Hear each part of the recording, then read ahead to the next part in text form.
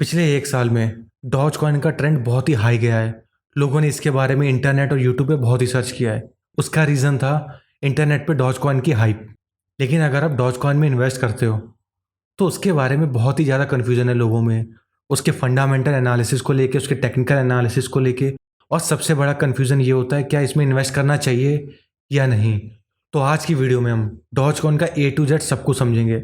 हम doge coin के fundamental analysis को समझेंगे, हम उसके पीछे कौन सी टीम काम कर रही है ये समझेंगे, और उसके टोकेनॉमिक्स को भी समझेंगे, ताकि वीडियो के ख़त्म होने तक आप ये डिसाइड कर सको कि आपको डॉज कॉइन में इन्वेस्ट करना है या नहीं। लेकिन उससे पहले चैनल को सब्सक्राइब करना मत भूलना। So let's start. अगर हम डॉज कॉइन की बात करें तो ये एक peer to peer open source crypto currency है।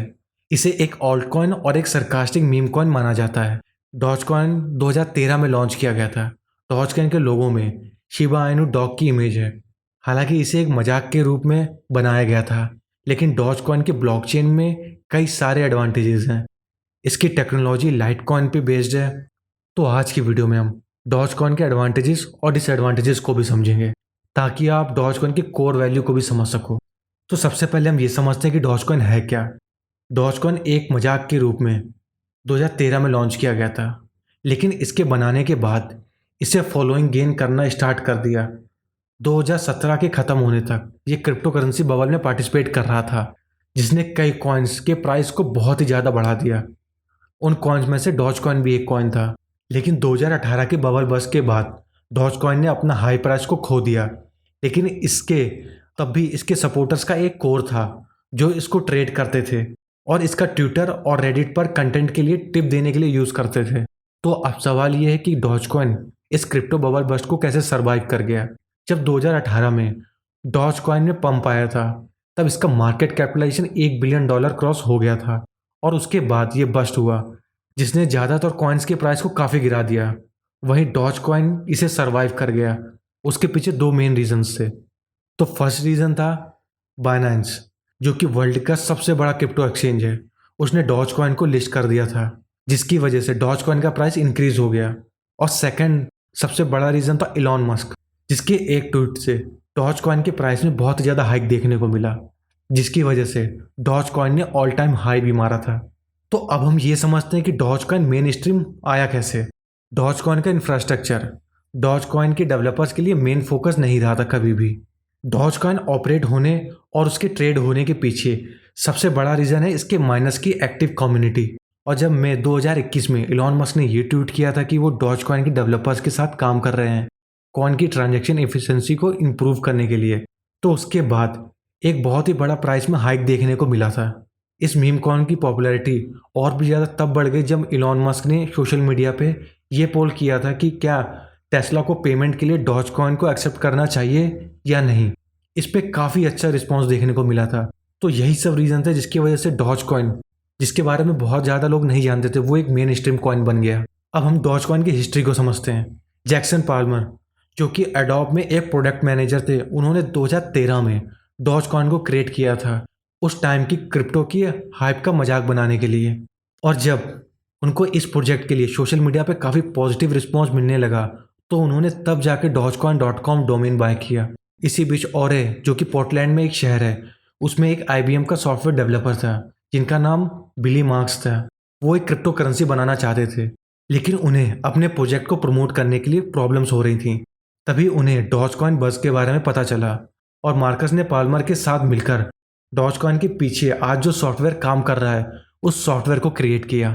मार्कस ने जो डॉजकॉइन कोड किए थे वो लकी कॉइन पे बेस्ड थे, और ये खुद लाइट कॉइन पे बेस्ड था। और इनिशियली डॉज कॉइन ने ब्लॉक माइनर को रिवॉर्ड करने के लिए उन्हें रैंडमली रिवॉर्ड किया जाता था। और ये चीज़ चेंज हो गई 2014 में, जब डॉज कॉइन थोड़ा पॉपुलर हो गया और माइनर्स को फिक्स्ड और स्टैटिक रिवॉर्ड दिया जाने लगा। Dogecoin Litecoin scrypt technology को यूज़ करता है। और अगर हम इसके कंसेंसस मैकेनिज्म की बात करें तो ये प्रूफ ऑफ वर्क मैकेनिज्म पे बेस्ड एक क्रिप्टो करेंसी है। अब प्रूफ ऑफ वर्क के साथ प्रॉब्लम यह है कि ये बहुत ही ज़्यादा पावर यूज़ करती है, जो कि फ्यूचर के लिए सस्टेनेबल नहीं है। अब ज़्यादातर crypto currencies proof of stake की तरफ मूव हो रही हैं। वहीं डॉज कॉइन आज भी प्रूफ ऑफ वर्क पे काम करता है, जो कि एक निगेटिव पॉइंट है किसी भी क्रिप्टो करेंसी के लिए। जब 2013 में डॉज कॉइन को लॉन्च किया गया था, उसके 2 महीने बाद ही डॉज कॉइन के प्राइस में 300% की हाइक देखने को मिली थी और उस समय जिन्होंने भी पैसा लगाया था उनको बहुत ही अच्छा रिटर्न देखने को मिला था। तो अब हम ये समझते हैं कि बेसिकली डॉज कॉइन यूज़ किया क्यों जाता है, इसका कोई बेस है या नहीं, इसकी कोई यूटिलिटी भी है कि नहीं। Dogecoin initially tipping system के फॉर्म में रेडिट और ट्विटर पे क्वालिटी कंटेंट क्रिएशन और कंटेंट शेयरिंग को रिवॉर्ड करने के लिए यूज़ किया गया था। आज के टाइम में आप भी फ्री में डॉज कॉइन ले सकते हो उन कम्युनिटीज़ में पार्टिसिपेट करके जो कि क्रिप्टो करेंसीज यूज़ करती हैं, और आप डॉज कॉइन फॉसेट से फ्री में डॉज कॉइन्स ले सकते हो। डॉज कॉइन फॉसेट एक ऐसी वेबसाइट है जो आपको करेंसी से इंटरेक्शन के लिए थोड़ी सी डॉज कॉइन फ्री में देगी, ताकि आप डॉज कॉइन कम्युनिटीज़ में इंटरेक्शन शुरू कर सको और इस बढ़ती हुई कम्युनिटी का एक पार्ट बन सको। तो अब हम ये समझते हैं कि डॉज कॉइन के पीछे कौन सी टीम काम कर रही है, उसका फाउंडेशन क्या है। 2014 में क्रिप्टो करेंसी प्रोजेक्ट के लिए सपोर्ट, एडवोकेसी, ट्रेडमार्क प्रोटेक्शन और गवर्नेंस करने के लिए डॉज कॉइन टीम के मेंबर्स द्वारा एक नॉट फॉर प्रॉफिट फाउंडेशन का फॉर्मेशन किया गया था। हालांकि जैसे जैसे टाइम बीतता गया फाउंडेशन डिसॉल्व हो गया। कई साल इनएक्टिव रहने के बाद फाउंडेशन को डॉज कॉइन इकोसिस्टम और कम्युनिटी का सपोर्ट करने और डॉज कॉइन ब्लॉकचेन के फ्यूचर को बढ़ावा देने के लिए नए सिरे से फोकस करने के साथ 2021 में फिर से लॉन्च किया गया। कुछ ओरिजिनल कोर टीम के अलावा प्रोजेक्ट में अब कुछ एक्सपीरियंस इंडस्ट्री प्लेयर भी हैं जो इसके बोर्ड ऑफ एडवाइजरी के हिस्से हैं। फाउंडेशन के वेबसाइट के अकॉर्डिंग बोर्ड के मेंबर्स डॉज कॉइन से रिलेटेड इश्यूज पर डिस्कशन करने के लिए मंथली मीटिंग करेंगे। अगर हम इसके फाउंडेशन मेंबर्स की बात करें तो इसमें Dogecoin founder Billy Marcus, project code developer Mark Scaler, Ethereum founder Vitalik Buterin और जेरेड बर्चल जो कि इलॉन मस्क को रिप्रेजेंट करते हैं।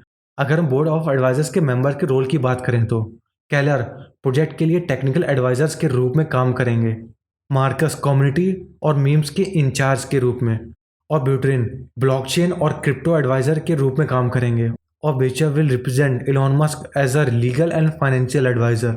अभी तक हमें ये तो समझ में आ गया कि डॉज कॉइन के पीछे एक बहुत ही स्ट्रांग टीम काम कर रही है, जो कि एक बहुत ही अच्छी बात है। अब हम डॉज कॉइन के प्राइस चार्ट को समझते हैं।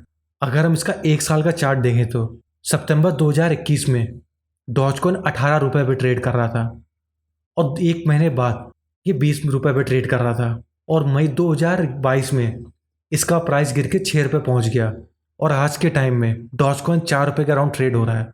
तो इससे हमें एक चीज़ तो समझ में आ गई कि डॉज कॉइन बहुत ही ज़्यादा वॉलेटाइल है बाकी क्रिप्टो करेंसीज के मुकाबले। तो अगर आप इन्वेस्ट करना भी चाहते हो डॉज कॉइन में तो बहुत ही लंबे समय के लिए इन्वेस्ट करें, क्योंकि आज के टाइम में क्रिप्टो मार्केट बहुत ही ज़्यादा वॉलेटाइल है।